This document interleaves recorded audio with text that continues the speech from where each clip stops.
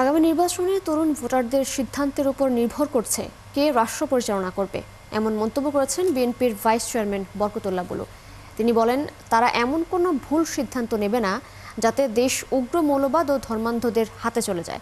এ সময় তিনি রাজনৈতিক ভুল সিদ্ধান্তের কারণে আফগান, সিরিয়া ও লিবিয়ার বর্তমান পরিস্থিতির কথাও উদাহরণ হিসেবে উল্লেখ করেন।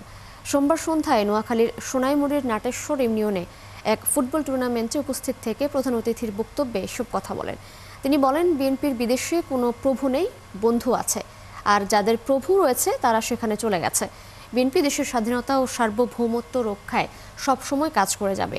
অনুষ্ঠানে বরকতুল্লাহ বুলুর সহধর্মিনী বিএনপি নেত্রী শামীমা বরকত লাকি সহ অন্যান্য নেতাকর্মীরা উপস্থিত ছিলেন। 3.5 কোটি নতুন ভোটার, এই তরুণ প্রজন্ম, এরা যেদিকে ভোট দেবে তারাই সরকার গঠন করবে।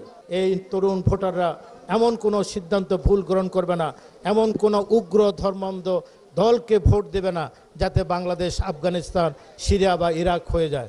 আমরা মহান মুক্তিযুদ্ধের চেতনার মধ্যে দিয়ে, শহীদ প্রেসিডেন্ট জিয়া রহমানের ঘোষণার মধ্য দিয়ে আমরা বাংলাদেশকে যেভাবে আমরা গড়ে তুলেছি, আমাদের স্বাধীনতার সার্বভৌমত্ব আমরা রক্ষা করব।